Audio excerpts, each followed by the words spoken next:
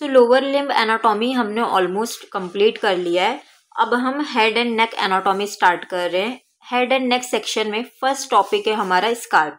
सो scalp का हम arterial supply भी पढ़ेंगे, नर्वस सप्लाई भी पढ़ेंगे, बट इस लेक्चर में हम स्काल्प की लेयर को पढ़ेंगे। तो स्काल्प क्या है? एक सॉफ्ट टिश्यू है। किसे कवर कर रहा है? स्कल वॉल्ट को कवर कर रहा है। Scalp is the soft tissue covering the skull vault.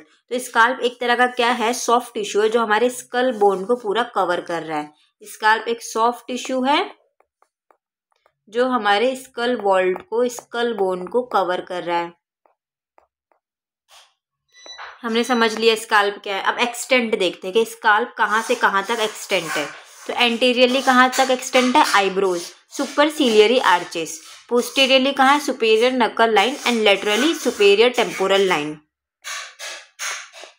तो स्काल्प कहाँ से कहाँ तक एक्सटेंड करता है? एंटीरियरली आईब्रो से स्टार्ट होता है, जिसे हम सुपरसिलियरी आर्चेस भी कहते हैं। आईब्रो से स्टार्ट होकर कहाँ तक एक्सटेंड करता है?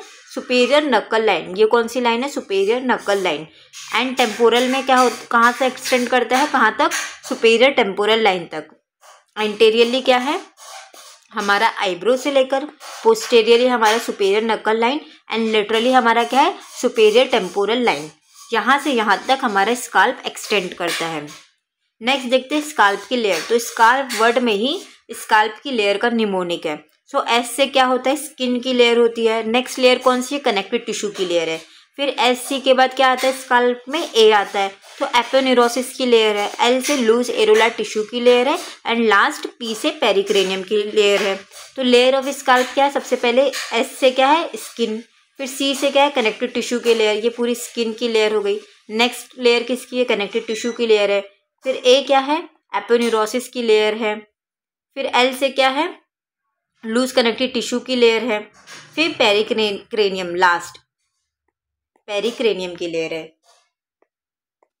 तो वन बाय वन हर एक लेयर को डिटेल में पढ़ते हैं। तो फर्स्ट क्या है? स्किन। स्किन क्या है? थिकेस्ट लेयर है। पूरे लेयर में से सबसे थिक लेयर कौन सी है? स्किन की लेयर है।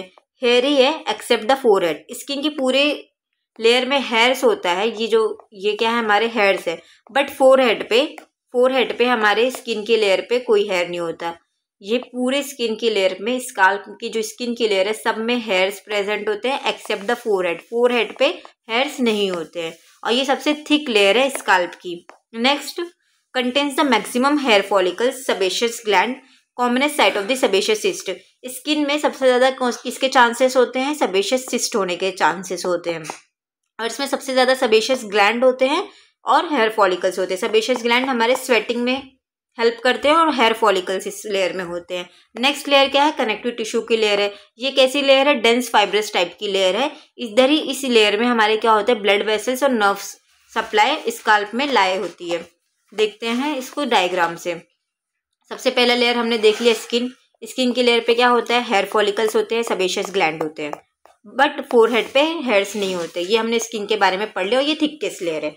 नेक्स्ट ये लेयर कंप्लीट। अब नेक्स्ट कौन सी लेयर आ रही है? कनेक्टिव टिश्यू की लेयर आ रही है। ये एक डेंस फाइब्रस टाइप की कनेक्टिव टिश्यू की लेयर है जिसमें ब्लड वेसल्स होते हैं। ब्लड वेसल्स मतलब क्या होता है? Artery plus when. वेसल्स का मतलब आर्टरी भी होती है और वेन, दोनों को मिलाकर क्या बनता है? वेसल बनता है। तो ये ब्लू वाली क्या हो गई? हमारी वेन हो गई और रेड वाली हमारी क्या हो गई? आर्टरी हो गई और ये नर्व हो गई, येलो वन।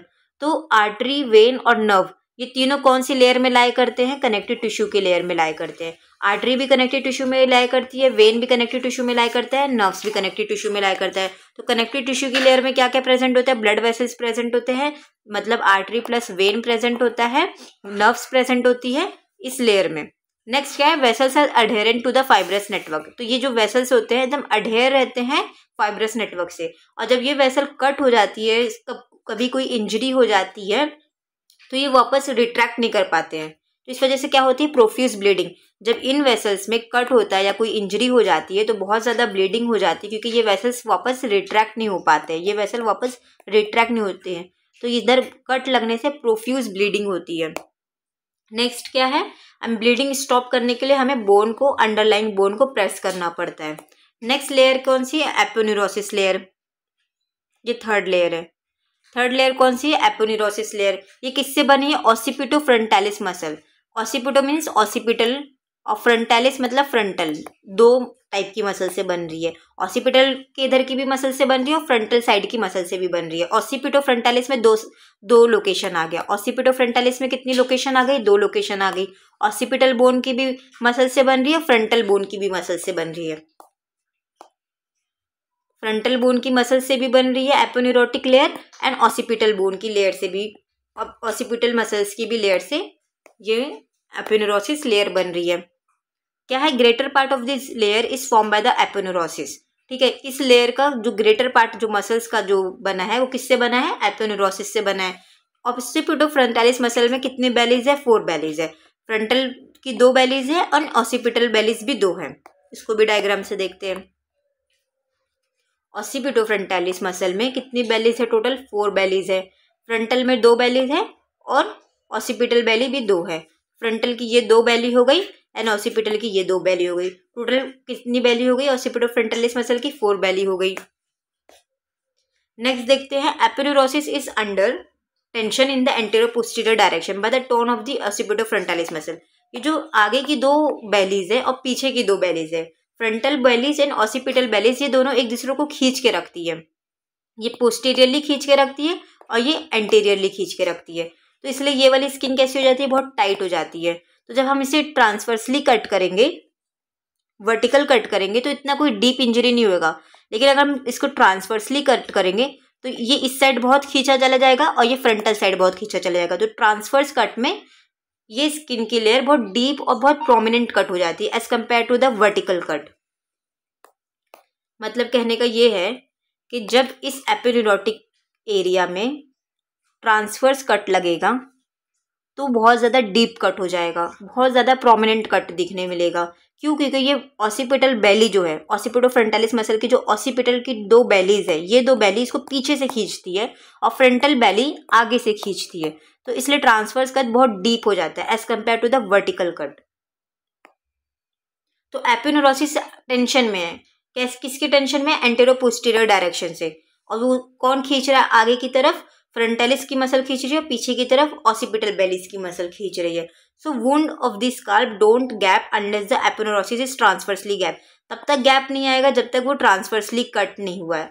वर्टिकल कट में कोई मेजर गैप नहीं आएगा, कोई प्रोमिनेंट इंजरी दिखकर नहीं आएगी, बट अगर ट्रांसवर्स कट हुआ है तो वो प्रोमिनेंट इंजरी देखकर आएगी। 4th लेयर क्या है स्काल्प की? Loose areolar tissue. दिस ये वाली लेयर हमने स्किन देख लिया, कनेक्टिव टिश्यू देख लिया, एपोन्यूरोसिस ग्रीन वाली लेयर देख लिया। अब नेक्स्ट लेयर ये व्हाइट वाली कौन सी लेयर है? लूज एरियोलर टिश्यू की लेयर है। तो ये कौन सी लेयर है? किससे? This layer is transverse by the emissary when. इस लेयर में कौन सी वेन होती है? Emissary when. तो ये लूज एरियोलर टिश्यू में कौन सी वेन प्रेजेंट है? लूज एरियोलर टिश्यू में ये एमिसरी वेन प्रेजेंट है। नेक्स्ट और last layer of the scalp क्या है? पेरिक्रेनियम, form by the periosteum of the bone of the world. तो ये पेरिक्रेनियम लेयर किससे बनी है? पेरिओस्टियम से बनी है। At suture it is firmly attach to the sutural membrane. Sutures में ये किससे अटैच है? सुचरल मेम्ब्रेन से अटैच है, which in turn attach to the endocranium. तो पेरिक्रेनियम सुचरल मेम्ब्रेन से अटैच है और वो सुचरल मेम्ब्रेन किससे अटैच है? एंडोक्रेनियम से अटैच है। The periosteum covering inner the aspect of the skull bone. तो ये 5 लेयर हमने पढ़ लिया। स्काल्प की स्किन देख लिया, स्किन सबसे थिकेस्ट लेयर है, इसमें हेयर फॉलिकल्स होते हैं, सेबेशियस ग्लैंड होते हैं, बट हेयर फोरहेड पे नहीं होते हैं। कनेक्टिव टिश्यू का देख लिया कि इस लेयर में ब्लड वेसल्स पाए जाते हैं, आर्टरी भी पाई जाती है, वेन भी पाई जाती है, नर्व्स भी पाई जाती है। एपोन्यूरोसिस लेयर में हमने देख लिया कि इसमें ऑसिपिटो फ्रंटालिस मसल्स होती है, 2 बेलीज फ्रंटल बेली होती है और 2 बेली ऑसिपिटल बेली होती है। लूज एरियोलर टिश्यू देख लिया कि इसमें एमिसरी वेन होता है। लूज एरियोलर टिश्यू में क्या प्रेजेंट होता है? एमिसरी वेन प्रेजेंट होता है। और लास्ट हमने पेरिक्रेनियम की लेयर में क्या देख लिया कि ये लेयर में पेरिओस्टियम से कवर होती है, फिर वो इंटर्न किससे अटैच होती है? सुचरल मेम्ब्रेन से, और फिर वो इंटर्न किससे अटैच होती है? एंडोक्रेनियम से अटैच होती है। This is all about the layers of the scalp. अब नेक्स्ट लेयर में स्काल्प के आर्टेरियल सप्लाई देखेंगे।